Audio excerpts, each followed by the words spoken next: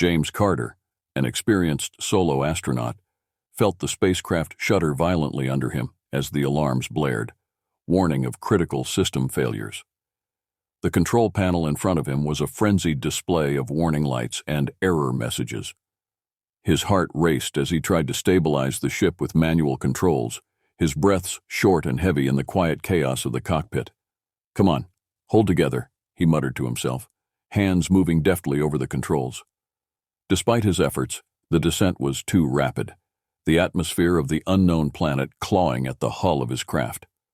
With a skilled eye, James spotted a vast forest below, a better alternative than the rocky terrain flashing past his viewport. He managed to angle the ship towards the green expanse, bracing for impact. The collision with the towering trees was less severe than anticipated, the thick foliage breaking his fall somewhat, but the jolt knocked him unconscious. When James awoke, the silence was unsettling. He checked himself for injuries, bruised, not broken. Stepping out into the alien world, he felt the weight of isolation on his shoulders. His first task was to assess the ship's damage. It was bad. The ship was beyond repair with the tools on hand. He activated the emergency beacon, but knew rescue could be days, or more likely, months away. With survival gear in tow, James ventured into the surrounding forest, seeking shelter and perhaps some form of sustenance. The alien flora was both bizarre and beautiful, with vibrant colors and unusual shapes. As he moved through the undergrowth, he documented everything with his portable recorder, a habit from his days of deep space exploration. After several hours, the trees thinned, revealing an astonishing sight: a city, seamlessly integrated with the natural environment, its structures part organic, part technological marvel. As he approached, his curiosity overcame his caution. The city was silent, eerily so. James's steps echoed on the smooth, stone-like pathways as he ventured deeper. Suddenly, he was not alone.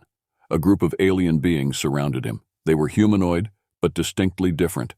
Their skin had a subtle glow, and their eyes were larger, more expressive than any humans. The tallest among them, a female with commanding presence, stepped forward. Her voice was melodic, yet James understood her clearly. Some form of telepathic translation, he guessed. "You are not from Kyloria. Identify yourself and state your purpose," she said, her tone firm yet curious. James kept his hands visible and non-threatening. "My name is James Carter, an explorer from Earth. I mean no harm. My ship crashed, and I am in need of assistance to contact my planet." The alien, whose name he soon learned was Lyra, considered him for a moment before speaking again. "Your arrival is unexpected and unprecedented, James Carter of Earth. Follow me. Our council will decide how to proceed with you." As they walked back towards what appeared to be a central building, James's mind raced with questions and possibilities. The first contact protocols he'd trained for seemed insufficient for this moment, and yet there was an exhilarating sense of discovery. What would these beings decide? Could they help him, or was he at their mercy? He followed Lyra, stepping into the unknown, his heart a mixture of dread and anticipation. James followed Lyra through the intricate pathways of the alien city, each turn revealing more of the architectural marvels that seamlessly blended the city's structures with the natural environment. The buildings had an organic quality, with flowing lines and a palette that mimicked the surrounding forest. As they walked, James observed the city's inhabitants. The Kalorians moved with a grace that was almost mesmerizing, their expressions serene yet unreadable. Despite the beauty of the city and its people, James couldn't shake a feeling of unease, acutely aware of his outsider status and the uncertain welcome that awaited him. They approached a towering structure at the center of the city, its design reminiscent of a giant flower opening to the sky. Lyra gestured for him to follow her inside. The interior was vast, with high ceilings and walls that emitted a soft, ambient light. "This is the council chamber," Lyra explained as they entered a large, circular room. The walls were lined with Kylorians, all dressed in flowing garments that gave them a regal air. Their eyes turned to James, studying him with a quiet intensity that made him self-conscious of his every move. Lyra addressed the council in her melodic language, her voice echoing softly around the chamber. Though James could not understand her words, the tone of respect and formality was unmistakable. After a brief discussion, a figure separated from the group and approached them. This was Xanath, the leader of the council, as Lyra introduced. Xanath's gaze was penetrating, yet not unkind. "James Carter of Earth," he began, his voice resonating in James's mind, the translation as clear as if spoken in English. "Your arrival is unprecedented. Never before has a being from another world walked among us. What brings you so far from your home?" James took a deep breath, choosing his words carefully. "Thank you for allowing me to speak, Counselor Xanath. My journey was unintended. My spacecraft suffered a critical failure, and I was forced to land on your planet for survival. I am here in peace, seeking assistance to communicate with my world." Xanath nodded thoughtfully, then turned to confer with the other council members in their flowing, lyrical language. The discussion was brief, and soon all eyes were back on James. "We are a people of learning and understanding," Xanath continued. "Your presence here could expand our knowledge of the cosmos. However, trust must be established. You will stay among us, learn our ways, and in turn, teach us about your world. This exchange will determine our assistance in your return." James felt a mix of relief and apprehension. "I am grateful for your hospitality and willingness to learn from each other. I will respect your customs and share my knowledge willingly." Lyra stepped forward, her expression one of reassurance. "I will serve as your guide and liaison during your stay. We shall begin tomorrow with a tour of our city and an introduction to our culture." As the meeting adjourned, James followed Lyra out of the chamber, his mind racing with the day's events. This was more than a survival mission now. It was a diplomatic endeavor, and the stakes were as high as they could get. He had to navigate this alien society carefully, balancing his need for help with the opportunity to foster a peaceful and beneficial relationship between Earth and Kiloria. Back in the guest quarters provided for him, James settled into a contemplative silence, pondering the forthcoming days. The challenge was daunting, yet the scientist in him could not help but feel excited about the unprecedented opportunity to learn and possibly even thrive in this strange new world. Lyra arrived early the next morning to begin what she called the integration process.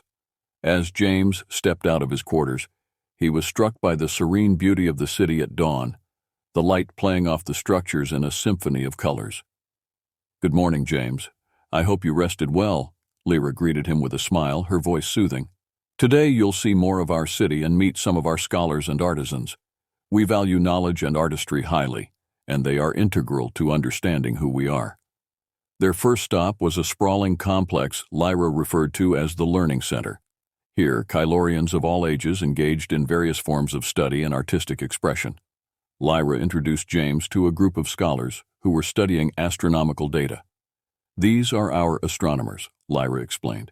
"We study the stars not just for navigation and exploration, but to understand the deeper rhythms of the cosmos."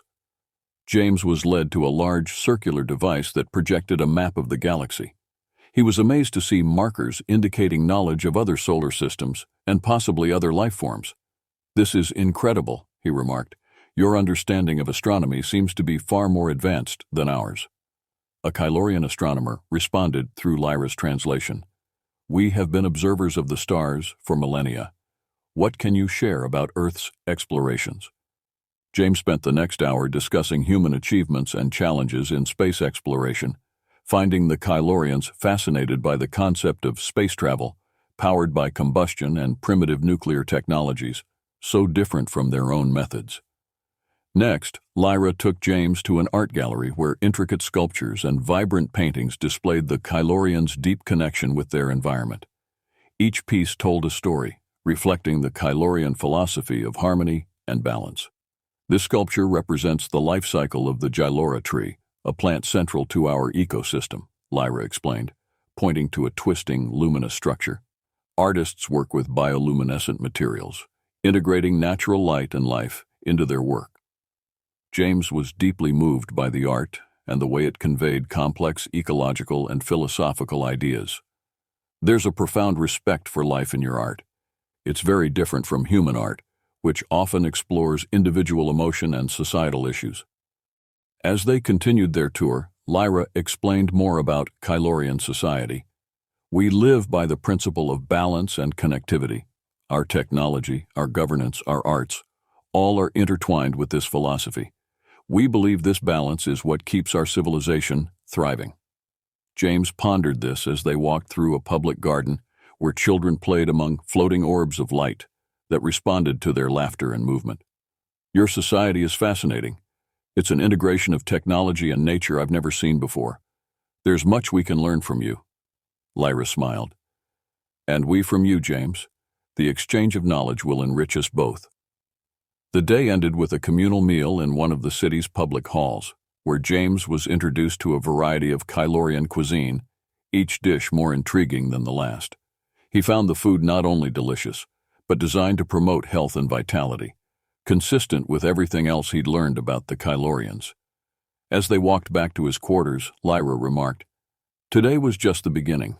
There's much more to share and understand. I look forward to our continued exchange." James nodded, feeling a growing connection to Kyloria and its people. "Thank you, Lyra. I'm eager to continue learning and sharing. There's much that our worlds can offer each other." That night, James reflected on the day's experiences, filled with a mix of wonder and responsibility. As he drifted off to sleep, his last thoughts were of hope for a meaningful and peaceful exchange in the days to come. As James spent more days on Kyloria, his understanding of the Kylorian culture deepened, and with it, his relationship with Lyra evolved. Their daily interactions, which began as formal exchanges of knowledge, gradually became more personal and intimate. James found himself looking forward to their time together, not just for the learning, but for the genuine connection that was forming between them.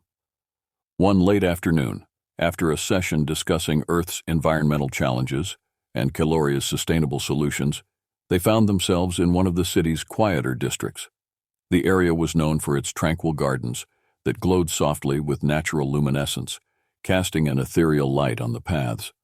Lyra led James to a secluded spot beside a gently flowing stream, where the light from the bioluminescent plants danced on the water's surface.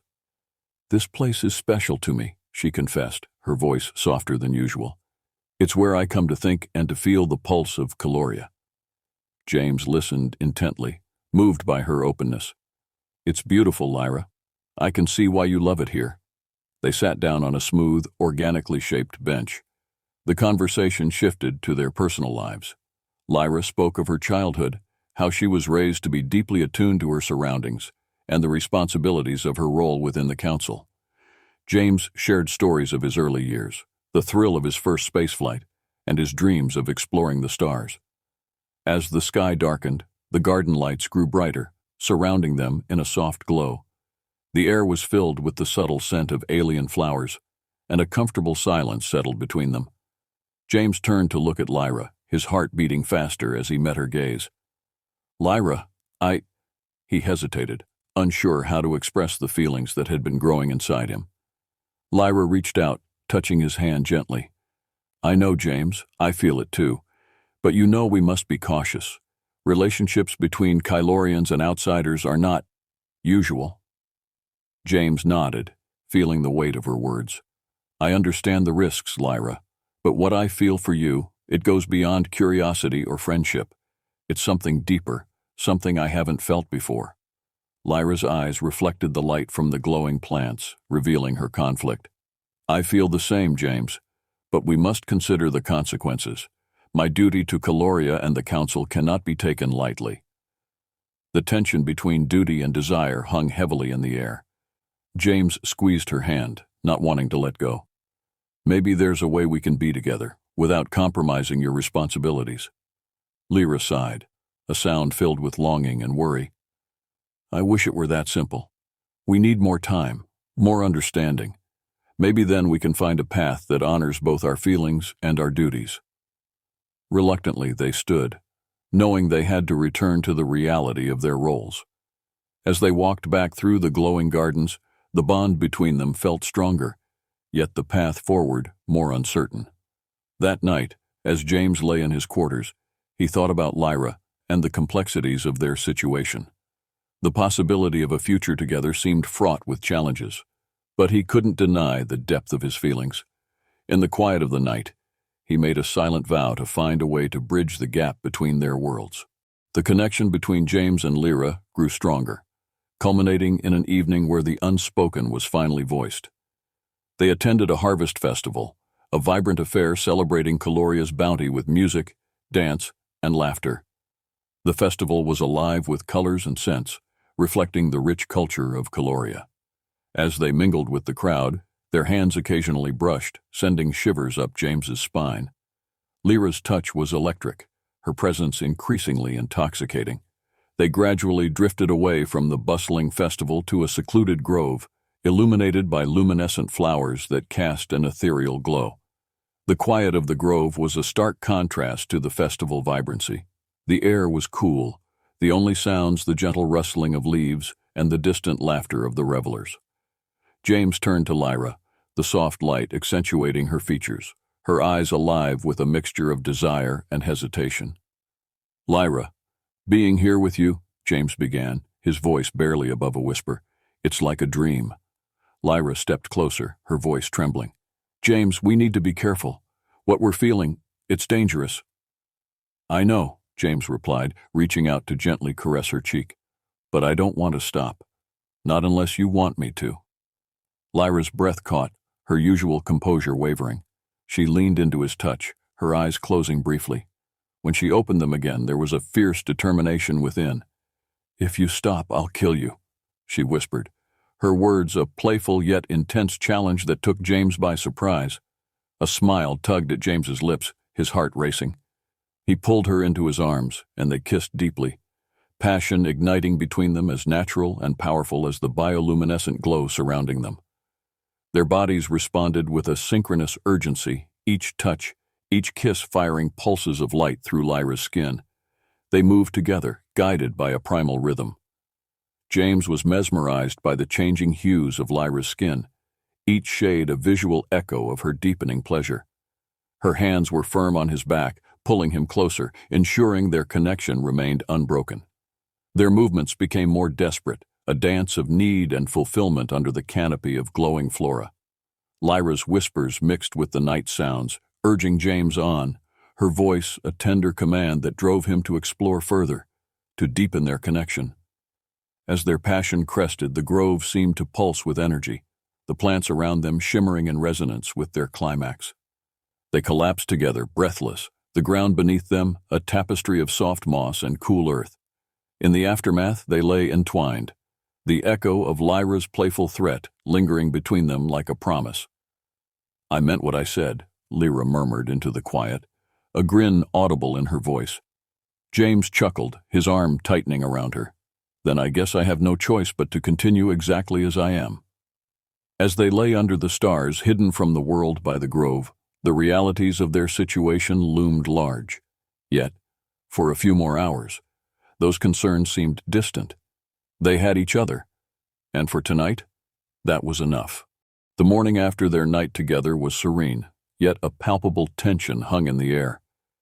James awoke next to Lyra, her presence now as familiar as if they had always shared this closeness. Yet the bliss of the previous night was overshadowed by the potential repercussions of their actions.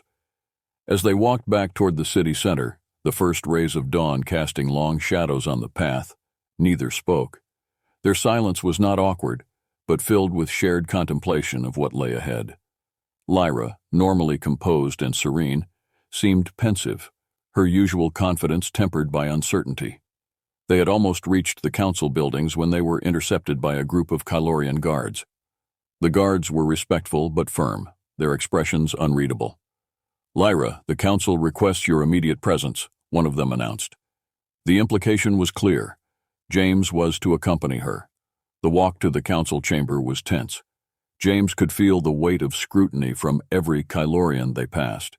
It was as if the entire city could sense the shift in the air. Inside the chamber, the atmosphere was charged. The council members, including Xanath, sat in a semicircle, their expressions grave. Lyra took her place beside James, her posture regal, yet fraught with a subtle strain. "Lyra, James, you have both disregarded our laws and traditions," Xanath began, his voice resonant but not unkind. Your actions last night were observed by members of our community. Such relationships between a Kylorian and an outsider are not merely frowned upon. They are forbidden. James stepped forward, his resolve firm. I take full responsibility for any transgression. It was not my intention to cause dishonor. Lyra has only shown me kindness and respect. Any blame should be mine. Lyra interjected, her voice steady but filled with emotion. No, I am equally to blame. I am a member of the council and fully aware of our laws. James is new to our ways. I should have been more cautious. Xanath listened intently, then spoke again. This is not solely about blame. This is about the implications of your actions for our people and for the potential of future interactions with humans. Your feelings for each other, while evidently strong, have put us in a difficult position. Another council member, an elder named Tyren, leaned forward. We must consider a suitable response, not just to uphold our laws, but to protect our people and our culture from potential upheaval. The discussion that followed was intense and multifaceted. Some council members argued for severe repercussions to deter such incidents in the future. Others suggested a more understanding approach, acknowledging the complexity of human emotions and the possibility that such relationships could offer new perspectives on interspecies interaction. After what felt like hours, Xanath raised his hand for silence. We have reached a decision. Lyra, given your role and your understanding of our laws, you will be suspended from the council pending further review. James, you will be restricted to your quarters while we consider a more permanent solution. The verdict was a heavy blow. As they were escorted from the chamber, Lyra's hand briefly found James's, a silent message of solidarity and mutual regret. Back in his quarters, James sat alone, the weight of isolation and uncertainty pressing down on him. He understood the council's perspective, but couldn't help feeling that the connection he and Lyra had discovered was something rare and beautiful, worth any risk. Now, more than ever, he needed to find a way to bridge the gap between their worlds, not just for their sake, but for the understanding such a bond could bring. The days following the council's decision were heavy and still. James remained confined to his quarters, grappling with the complexity of his emotions and the gravity of their situation. Lyra's absence felt palpable, her usual visits now replaced by a deep silence that seemed to echo through the sparse room. Late one evening, as James was lost in thought, staring out at the luminous cityscape from his window, there was a soft knock at the door. It was Lyra, her appearance bringing a rush of relief and anxiety. Her face bore traces of stress, but her eyes glowed with that familiar intensity. James, she began, her voice barely above a whisper, I have spoken with the council. They have presented us with an ultimatum. James stepped closer, his concern evident. What kind of ultimatum? Lyra took a deep breath, steadying herself. The council fears the implications of our relationship, not only because it challenges our laws, but because it could set a precedent. However, they also recognize the depth of our bond and are willing to consider an unconventional solution. What are they suggesting? James asked, a knot forming in his stomach. They offer you a choice, Lyra explained. You can return to Earth with no memory of Kyloria or what has transpired here. They have the means to erase your memories of this place, ensuring no further complications arise from your knowledge. James felt a chill run down his spine. And the other option? Lyra hesitated, her hand reaching out as if to bridge the physical space between them. You can remain on Kyloria with me, but under strict conditions. You would undergo a process to become more like us, not just in appearance, but in essence.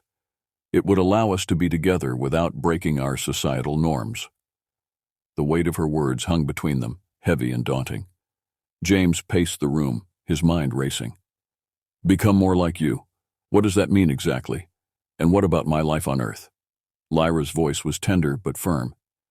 It means adopting our physiological traits and some of our abilities. As for Earth, you would have to forsake any connections to your world.